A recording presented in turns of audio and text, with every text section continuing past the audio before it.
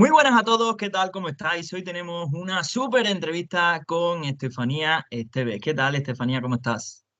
Hola, bien, muy bien, encantada de venir aquí a charlar contigo.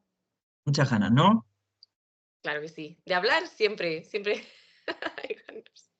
Bueno, pues os la presento. Estefanía Esteves es ingeniera en telecomunicaciones por la Universidad Complutense de Madrid. Tiene un máster en ingeniería biomédica y ahora mismo se dedica sobre todo a la investigación en la convergencia un poco, ¿no? Entre el cerebro humano y la tecnología, y además lo compagina con mucha labor de divulgación y comunicación científica. La podéis encontrar en Contando Sinapsis, ahí en varias redes sociales. Así que bueno, espero que también la sigáis por ahí, ¿verdad que sí? Claro que sí, animaos a echar un vistacillo y ahí estamos contando sinapsis a tope. Eso es, para que hagáis conexiones sinápticas ahí, ¿no? En Instagram, sobre todo, que es donde estás más activa. Bueno, también estás en El País, en la sección de retina, que te hemos leído por ahí algún artículo. Así que, bueno, una entrevista súper interesante que espero que aprovechéis. También establecéis conexiones sinápticas aquí con este canal, suscribiros. Y no me enrollo más, voy a la primera pregunta. Estefanía, vamos a empezar un poco por tus estudios académicos, Ujú. que vienes de la rama bio sobre todo ahora, pero al principio era especialmente la ingeniería, ¿no? Así que cuéntanos sobre todo cómo fue ese proceso de tomar la decisión de estudiar ingeniería en telecomunicaciones, si fue al final, si lo tenías ya bastante decidido durante tus años de estudios preuniversitarios. Cuéntanos sobre todo cómo decidiste estudiar ingeniería de telecomunicaciones. Pues la verdad es que un poco de rebote. No voy a decir, "Buah, lo tenía clarísimo, siempre he querido ser ingeniera de telecomunicaciones". De hecho, ¿quién dice yo de mayor quiero ser ingeniero de teleco? No, no es algo muy típico. En mi caso fue porque me gustaba mucho todo lo que era la fotografía, la música, el audio. Cantaba, tocaba instrumentos, entonces pues me grababa en casa y me gustaba esta parte, pero la parte de comunicación audiovisual sentía que me faltaba un poco más de cacharreo. Y vi esto de ingeniería de teleco, que había una rama que es sistemas audiovisuales, y mi mente, con 18 años, dije: "Buah, si yo sé construir una cámara o sé cómo funciona por dentro, pues también sé usarla", ¿no? Es como un paso más allá. Y ese fue como mi razonamiento para meterme en teleco. Yo quería ir a la parte directamente de procesado de imagen, de procesado de sonido, de montar micrófonos y todo eso. Y la hice en la Carlos III de Madrid, no en la Complutense, es que los acrónimos se parecen mucho. Pero Ah, bueno, por si vale, alguien, perdona. si alguien se ofende de mi querida Carlos III, que la verdad es que lo hice en el campus de Leganés y es un campus muy chulo porque está en medio del pueblo y estaba muy bien. Y eso fue lo que me llevó a meterme en Teleco. O sea, nada, claro. Y en el último momento, además, cuando estaba como rellenando la inscripción, me dijeron, hay una opción bilingüe. Y dije: "Ah, vale", que los 2 primeros años eran en inglés y no me lo pensé mucho. La verdad es que en la vida nunca me he pensado las cosas demasiado. He dicho: "Venga, vale". Y y ahí me metí. ¿Y fue difícil o qué? ¿Te engañaron ahí con las matemáticas y físicas hasta que encontraste lo que más te gustaba o qué? ¿Cómo fue la carrera? Para mí fue difícil. Yo no sé si era que no tenía un buen método de estudio o, no lo sé. O sea, yo sacaba buenas notas en el cole, o sea, no tenía una media de 10, pero sí tenía notas de 8. O sea, sí que era una chica de notable. Y de hecho mis sobresalientes eran totalmente en filosofía y en las ramas que no eran tan científicas, que es luego en lo que me he metido. Pero la carrera sí que fue un choque de realidad. El primer año yo suspendí un montón, que también creo que me gusta decirlo para que nadie se desanime, en plan de, yo suspendí muchísimas asignaturas el primer cuatrimestre y luego no me ha ido tan mal. O sea, no es determinante para el resto de tu vida ni de tu carrera, que de todo se sale, pero Pasa fue mucho duro. eso, ¿no? Que el primer año es súper genérico, casi todas las carreras tienen física, cálculo, estadística o asignaturas así súper genéricas, y luego ya a partir de segundo o tercero es cuando entras de verdad en lo que se estudia en esa carrera, ¿no?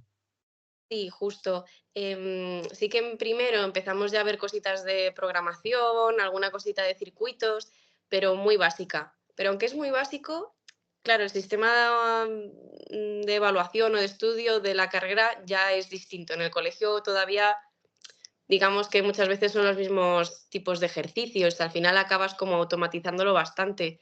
Y en la carrera, al menos en la ingeniería, tienes que acabar pensando muy fuera de la caja, que además a los profesores les gusta mucho de, hemos estado haciendo este tipo de ejercicio durante todas las clases y ahora te voy a poner uno distinto, para ver no que hayas aprendido a hacer ese ejercicio, sino que has aprendido los conceptos para ser capaz de resolver este tipo de problemas, que ahora te cambio el problema y tú ya tienes tú ya tienes las herramientas necesarias para resolverlo. Ahora a ver si sabes. Pero entonces a mí ese saltito me costó un poco. Es verdad que hay gente que no le cuesta tanto. Y sí, todo cálculo, física, es un poquito de programación, circuitos y demás, pero poquito. Y luego ya en segundo entras un poquito más en mecánica y tercero y cuarto sí que además empiezas a tener optativas, que ya puedes encaminarte un poco. Son más específicas porque al menos en Teleco tiene varias ramas. Tiene audiovisuales, tiene telemática, tiene comunicaciones, ¿no? Comunicaciones a lo mejor es más la parte de satélites, telemática es más la parte de routers, por decirlo así, y redes y demás, y audiovisuales, que era lo mío, pues toda la parte de señal e imagen. Entonces, claro, los 2 primeros años son comunes a todas las ramas. Yo no empecé a ver realmente procesado de imagen hasta tercero, que ya pues nos ponían a segmentar, yo qué sé, un montón de imágenes, ahora ya harán un montón de cosas de inteligencia artificial, seguro. Un montón de imágenes y tienes que hacer un programa que identifique en qué imágenes hay una lavadora y en cuáles no, por ejemplo. Y ahí ya Muy empieza interesante. lo interesante. Ujú. Muy interesante, ¿no? Cómo se estructura la carrera de telecomunicaciones, que al final la obtienes por la Carlos III, corregimos eso, y de ahí pasas a ramas ya completamente bio, ¿no? Porque al final de ahí pasas a ingeniería biomédica, ¿no? Cierto, ¿verdad? ¿Cómo es un cambio grande? Bueno, aunque también evidentemente tiene una parte bastante importante de ingeniería, pero es un cambio grande, es una decisión que vas madurando a lo largo de la carrera, tienes que decidir qué estudiar al final y dices, ah, pues qué interesante converger toda esta rama más ingenieril con la rama más bio. ¿Cómo es ese paso de telecomunicaciones a biomédica? Pues justo lo último que contabas. Yo sí que empecé a trabajar de teleco, pero empecé a trabajar en una empresa de comunicaciones por satélite y dije, qué rollo, lo siento. Tienes un montón de trabajos muy estables, proyección profesional estupendísima, pero dije, qué rollo. O sea, de verdad que como que me faltaba ahí algo y, y vi que estaba este máster de ingeniería biomédica, porque cuando yo entré en la carrera, el grado de ingeniería biomédica no existía. Acabábamos de entrar en los grados. Yo era el segundo año que hacían mi grado de ingeniería de sistemas audiovisuales, que realmente era lo que había derivado esa rama de teleco. Y vi este máster que era precisamente para físicos, informáticos, ingenieros que querían aplicar los conocimientos que habían adquirido en la ingeniería, pero a ramas bio, que al final tiene todo el sentido, porque igual que yo segmentaba, o sea, identificaba lavadoras en una imagen, también puedes utilizar exactamente el mismo método para identificar en qué mamografías hay un posible tumor o en qué radiografías hay un posible tumor y segmentar el tumor. Entonces, realmente el conocimiento ya lo tenías y te daban como ese empujoncito y esas clases que te faltaban de biología, ¿no? En plan de, bueno, repaso rápido de todo lo que no te acuerdas de biología desde la ESO y cómo puedes aplicar lo que ya sabes a este tipo de problemas. Y me Claro. encantó, la verdad es que me encantó. Dije, esto era lo que a mí me faltaba, una aplicación más, no sé, más con las personas, por así decirlo. Claro, al final eso, ¿no? Mezclar ahí un poco la rama más tecnológica con la rama más bio. Y después de estudiar la carrera, estudiar el máster, si te tuvieras que dar un consejo a tu Estefanía de 18 años, ¿qué le dirías? Yo la Algo verdad es que que creo cuando que estabas a punto de entrar a la universidad diga, pues esto era lo que tenía que haber salido. la forma de estudiar, de aprende a resolver problemas, no no a hacer ejercicios. Creo que ese es la clave, porque si lo que haces es voy a aprender cómo se resuelve este ejercicio, aprenderme los pasos para resolver este ejercicio, eso no funciona. Y además es que no estás aprendiendo nada, que estás memorizando una serie de pasos, una receta. Y realmente lo que te va a servir para todo es aprender a buscar, identificar cuál es la solución que necesitas y cómo solventarlo. Entonces, ese cambio de mentalidad y el no confiarse, porque claro, entras en la vida universitaria es muy divertida y hay que disfrutarla. Yo de verdad que creo que hay que disfrutarla, pero quizá me confié un poco, porque me ha ido bien en los estudios siempre y de repente mi método de estudio no funciona. Por todo lo demás, seguiría los mismos pasos, la Claro, verdad. sí, al final hay varios cambios muy grandes, ¿no? Sobre todo ese primer año universitario, ¿no? Y hasta que te vas dando cuenta cuáles son los métodos que realmente funcionan, ¿no? Que incluso hay veces que tardas en darte cuenta varios años. Bueno, y pasamos ya al siguiente, ¿no? Haces el doctorado en biofísica, ¿no? Es decir, sigues ahí un poco por la rama de ingeniería biomédica, ¿no? Juntando ahí la parte bio con la parte más tequi, más tecnológica. Bueno, ¿algún consejo que tengas para la gente que esté haciendo doctorado, sobre todo ramas bio? No sé si consejos de productividad o consejos de herramientas o de cómo afrontarlo. ¿Qué consejos, no, le darías a la gente que investiga por ahí en la rama bio? Pues para empezar, que no tengan, yo creo que quizá el mejor consejo es no tengas miedo porque, espera, voy a poner Sí, sí. aquí que no me quede sin batería en medio de una conversación muy interesante. Eh, les diría sobre todo que no tengan miedo porque al final a mí no me metieron miedo, pero sí como que me advirtieron mucho, ¿no? No mi director de tesis, que mi director de tesis es una persona increíble y majísima y sabe muchísimo. ¿Por qué te Pero dijeron exactamente? ¿Que no te metías en el doctorado o qué? no, pero una vez ya estaba allí, por ejemplo, pues yo tenía que trabajar con células madre y reconvertirlas, reprogramarlas en neuronas. Son unas células que son difíciles, yo no había cogido una pipeta en la vida. Tienes un repaso de conocimientos básicos de biología, pero al final no tienes una carrera de biología de 4 años, entonces hay muchas cosas Te que tienes que... advirtieron un poco de que el venir de ingeniería te podía costar, ¿no? Todo eso. Sí, Era sobre todo. como, bueno, esto es difícil, o sea, al final las células madre, si las neuronas de rata son como yo qué sé, un helecho, las células madre son un bonsái, entonces a ver si... Y al final todo se consigue. O sea, creo que el trabajo de laboratorio, viniendo de ingeniería, no cuesta tanto como podría parecer. O sea, mi mayor consejo es no tengas miedo. Si te gusta, si te llama la atención, hazlo, porque yo creo que esas ganas de probar es lo que te va a hacer que te pongas a la altura, básicamente. O sea, cuando tienes ganas de algo, te llama la atención, ahí es cuando dices, bueno, ahí lo voy a sacar como sea. Y yo me lo pasé muy bien. Se sufre mucho en el doctorado, cuando dicen es que la salud mental, el doctorado, se sufre porque estás solo, al final tienes tu proyecto y eso yo lo llevé bien, pero entiendo que hay gente que lo puede llevar peor porque necesita a lo mejor más guía o no es tan autodidacta o autónomo. A mí es que me gustaba trabajar a mi aire.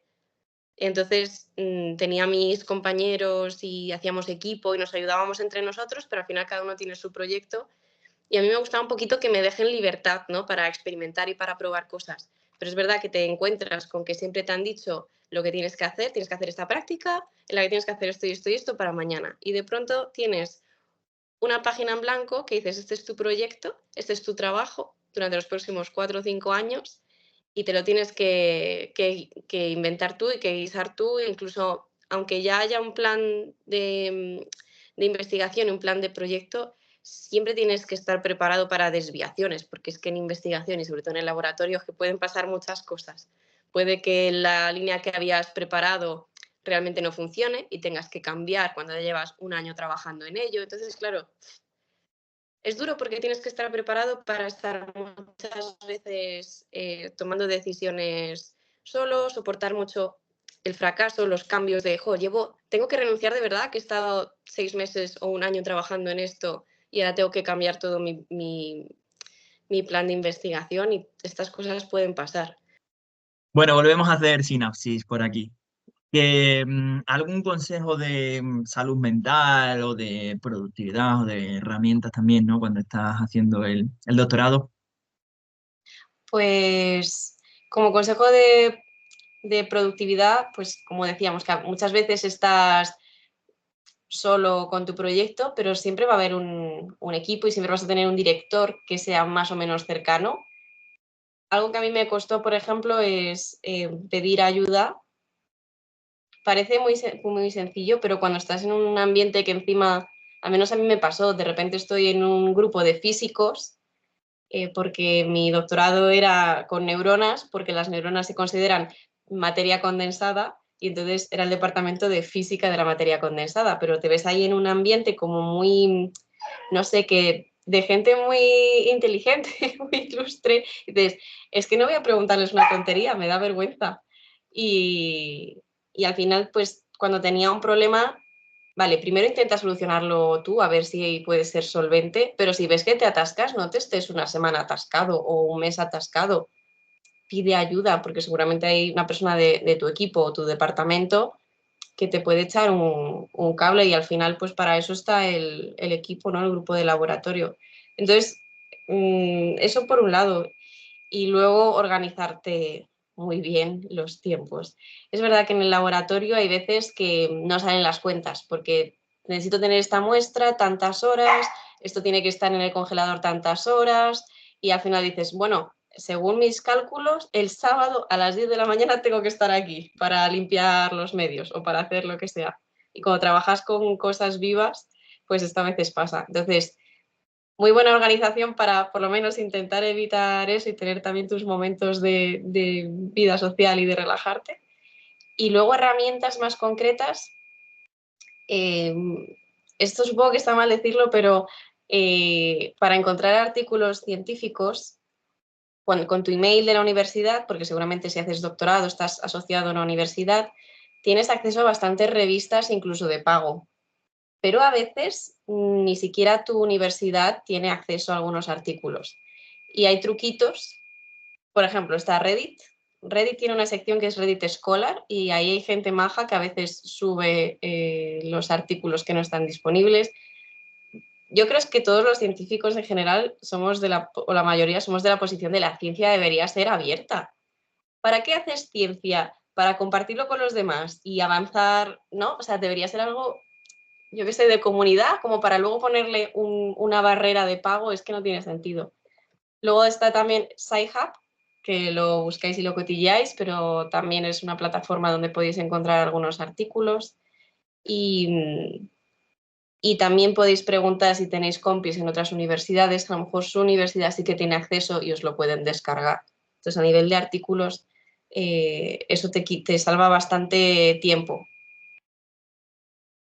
Y así que se me ocurran, Qué pues a bote bueno. pronto eso. Yo tenía un montón de timers en la incubadora para organizarme, pero depende mucho de cada uno de su forma de trabajar. Qué bueno. ¿Y cómo se compagina lo que tú dices, ¿no? Que al final tiempo de laboratorio, tiempo de escribir, tiempo de congresos, que a lo mejor también tienes que aprender incluso a empezar a hablar en público, a hacer una presentación, no sé, al final, yo lo que veo ahí que hay que saber muchas cosas y más si encima estás en lo que es la intersección de tantas áreas, ¿no? Que además en tu caso que precisamente que tiene que saber un poco lo que tú decías, ¿no? Un poco de física, un poco de tecnología, un poco de esas ramas más sanitarias. Pues, ¿cómo se compagina todo eso, ¿no? ¿Cómo decides tú, no, hoy me tengo hoy papers, hoy escribo? ¿Cómo, cómo se toman esas pequeñas microdecisiones? Es más o menos lo que nos ha ido diciendo, pero a la gente que se enfrenta a un doctorado, ¿cómo se toman esas pequeñas decisiones? Es parte de esa autogestión, ¿no? Que de repente no hay nadie que te diga, hoy tienes que escribir, hoy tienes que hacer esta práctica, hoy tienes estas horas de clase y mañana tienes este examen. O sea, tú tienes que organizarte tu propio calendario y pues a veces es un poco cuestión de práctica y luego hay personas que se organizan mejor o peor. Ya sabes que si tienes un congreso, no dejes para el último día. Normalmente tienes que hacer una charla o presentar un póster. Por favor, no lo dejes para el último día ni para la última semana. O sea, empieza 1 o 2 semanas antes por lo menos a hacer el póster, que te dé tiempo a si te atascas, tengas tiempo de Claro. maniobra para desatascarte, porque si no, luego ahí vas a tener un pico de estrés que siempre pueden salir contratiempos y esa semana ya estás fastidiado. El tema hablar en público, igual, atreverse, lanzarse, sobre todo si es alguien a quien le cuesta. Muchas veces hay, por ejemplo, estos Pint of Science. Que muchas veces ahí habrá gente que le cueste un montón, ¿no? Porque cuando estás haciendo un doctorado, seguramente mucha gente no haya hecho tantas charlas en público, ¿no? Claro, a lo mejor has hecho las presentaciones de clase, pero encima ahora son en inglés y a lo mejor no te sientes tan suelto. Practicar con tus compis, que a tus compis les puedes, para una charla de 20 minutos o 40 minutos, les puedes reservar un día y practicar con ellos, que te hagan preguntas, así también una vez te das cuenta de que tú eres el que más sabe de tu trabajo de investigación y que cuando te preguntan cosas dices, jo, es que esto lo tengo clarísimo, empiezas a relajarte, yo creo. Entonces, practica con tus compañeros, apúntate a...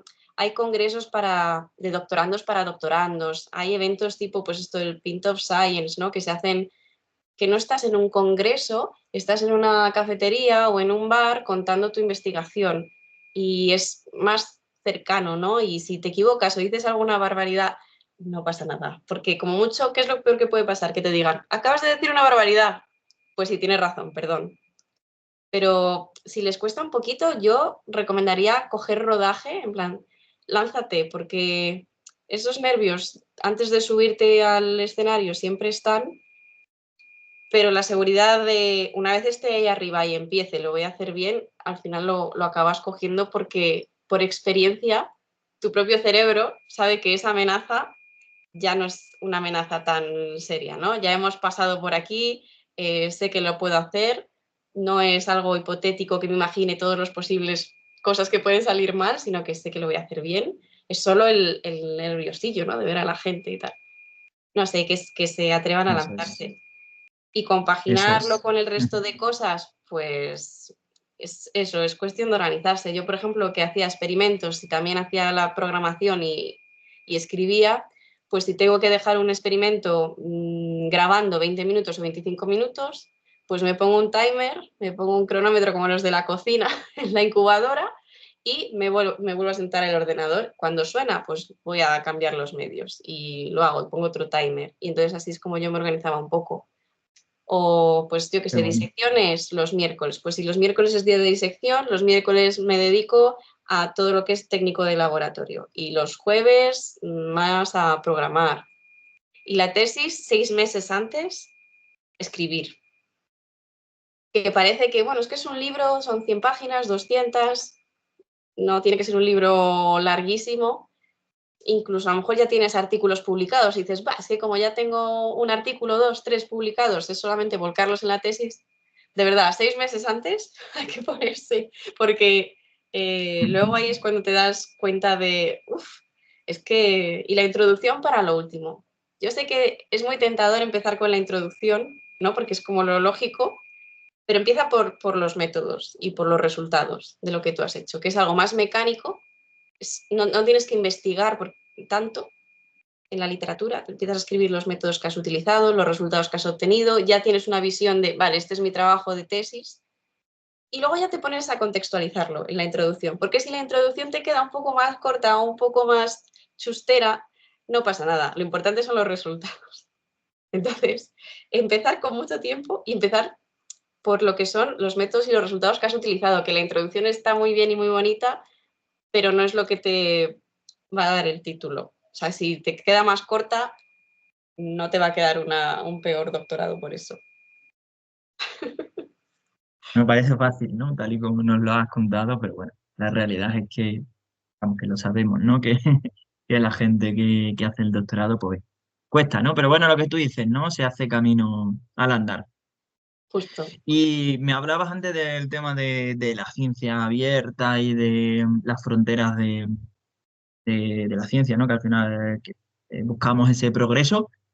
Como tú estás ahí también metida en muchas áreas de la ciencia muy distintas y también en muchas áreas de innovación, eh, sean de las que tú estudias de las que, o de otras que conozcas más de pasada, ¿qué áreas de la ciencia o de la tecnología crees tú que tenemos que estar más pendientes, ¿no? En los próximos años, ¿no? ¿Cuáles son esas áreas de la ciencia o de la tecnología que nos vayan a llevar más a la innovación? Sé que muchas serán de todo lo que estudias tú, ¿no? Que estás ahí con Claro. una conexión del cerebro y la tecnología, pero danos así un poco para la sociedad en general, a qué áreas debemos estar más atentos. Bueno, yo estoy totalmente sesgada porque a mí me encanta la neurotecnología, pero aparte de que esté sesgada y de que sea lo que me gusta, es que de verdad estamos dando, ahora se están viendo unos avances muy chulos porque por fin cosas que llevan 20 o 40 años gestándose ya están llegando a los pacientes, o cosas que ya habían llegado a los pacientes, pues ya empezamos a tener más experiencia y se pueden expandir a otro tipo de, pues, de patologías, por ejemplo. Entonces es un momento para la neurotecnología bastante bonito, ¿no? Creo que está ahí como pendiente de que en cualquier momento va a pasar algo, porque creo que todavía falta como ese chispazo de hemos conseguido esto para que se desbloqueen como un montón de niveles nuevos del juego, ¿no? Por así decirlo. Y creo que aquí estamos ahí muy cerquita, entonces me parece muy emocionante, creo que hay que estar atentos. Pero bueno, Vamos a poder programar nuestros pensamientos al final o no, Estefanía, ¿tú cómo ves no, eso? joder, me preguntan mucho todo este tipo de cosas. No, yo creo que, a ver, No, es, pero casi, ¿no? Nos vamos a acercar mucho. Ok. es que es muy difícil porque un pensamiento al final son un montón de neuronas disparando, siguiendo un patrón determinado, pero ni siquiera somos capaces de saber qué neuronas con qué patrón corresponden con tal pensamiento. Al final trabajamos mucho con promedios de señales, con mucha estadística y, bueno, pues hacemos lo que podemos. Y aún así con eso conseguimos cosas alucinantes. Pero si todavía no sabemos decir, aquí está este pensamiento, ¿cómo vamos a replicarlo o cómo vamos a sacarlo? Al final lo que vemos de está escribiendo con el pensamiento es entrenar una máquina para estadísticamente y ahora ya con la inteligencia artificial reconocer en base a señales promedio a cuál se parece más, a la palabra conejo o a la palabra caballo. Pues se parece más a cuando en el entrenamiento pensaba en caballos. Entonces yo creo que voy a escribir caballo. Va un poquito por ahí. Todavía estamos lejos, muy, muy lejos. O sea, vamos, nosotros no lo vamos a ver, de crear como una prótesis cerebral, ¿no? O un cerebro fuera de nuestro cerebro. Nos queda mucho por aprender. No existe entonces todavía un chip que te lo instales y ya con eso te sepas todas las matemáticas de segundo de bachillerato, ¿no? No, todavía no. Hay implantes, ¿no? Que a lo mejor lo que hacen son estimular ciertas zonas del cerebro para ver si ayudan a que sea más productivo o para fomentar la plasticidad neuronal, estas cositas. Pero no, todavía esto de Matrix, de ponerte un USB y saber Kung Fu, eso no, no podemos hacerlo. Pero Ujú. aún ¿Y así vendrán cosas muy chulas. qué más Y tecnología crees que tenemos que estar pendientes por ahí? creo que aparte de tecnologías, todo lo que es la parte de la genética, vamos a ver cosas cada vez más interesantes. Desde que están a tope con el CRISPR, creo que estamos viendo cosas bastante chulas y cada vez cuanto más se controle y más se afine para que haya menos posibles efectos adversos, pues más cosas interesantes vamos a ver. Pero luego también ahí te iba a decir una y se me ha ido. A toda la parte de biónica, es que tienen que salir ya entre este año y el siguiente unas manos biónicas chulísimas que ya son capaces no solo de que tú seas capaz de mover la mano, sino de que seas capaz de sentir la presión, de sentir texturas con lo que estás tocando, tener más grados de movilidad, tener una sensación como que de verdad tienes una mano. O sea, esas cosas son muy difíciles y jolín, vamos a ver algunos, bueno, ahora son prototipos, pero vamos a ver algunas opciones que ya van a llegar al mercado alucinantes, tanto de mano, de brazo, de exoesqueletos, que se están haciendo cosas muy chulas. Qué bueno, qué bueno.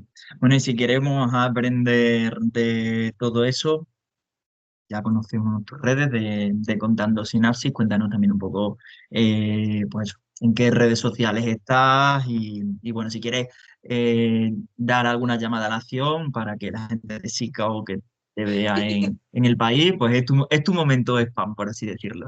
Ay, sí, no, a mí me hace mucha ilusión que me sigáis, si os gusta, por supuesto, echadle un vistazo, por lo menos echadle un vistazo, y ya si os mola, pues le dais ahí a seguir. Y además que contesto siempre, yo tarde o temprano, cualquier dudilla que tengáis. También ahora con esto de la EBAU, pues me han escrito algunos chicos y chicas, ¿no?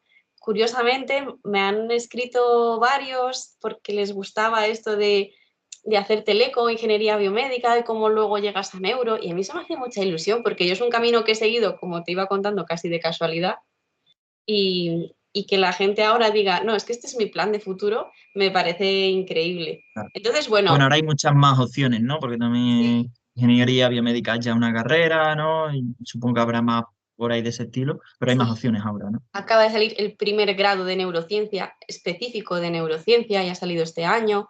O sea que bueno, que cualquier cosita o curiosidades o lo que queráis, pues ahí me tenéis en Contando Sinapsis en Instagram, porque la verdad es que también subo cosas a TikTok, pero soy un poco desastre. O sea, me ha pillado un poco de brecha generacional y soy un Mm. poquito más desastre. Pero en Instagram sobre todo siempre contesto, así que echarle un vistacillo.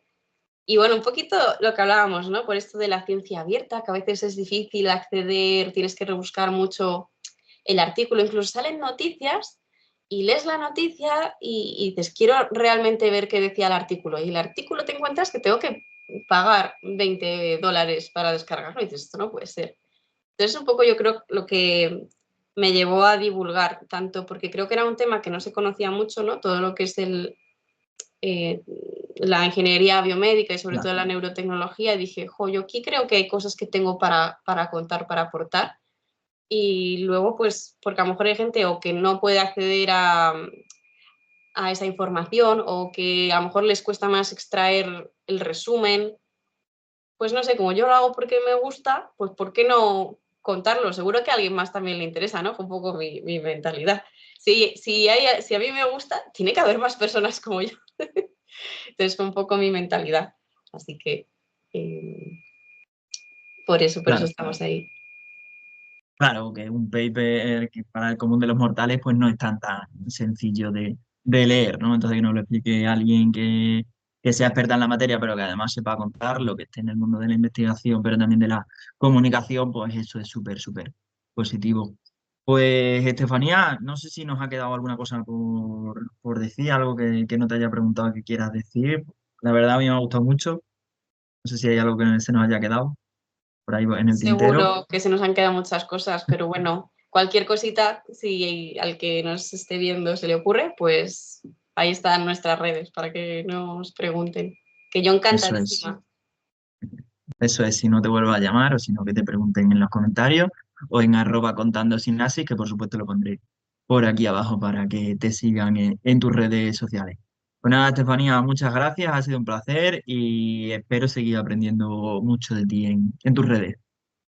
Muchísimas gracias. Jo, qué guay. Nos vemos prontito. Venga, un saludo a todos. Chao, chao.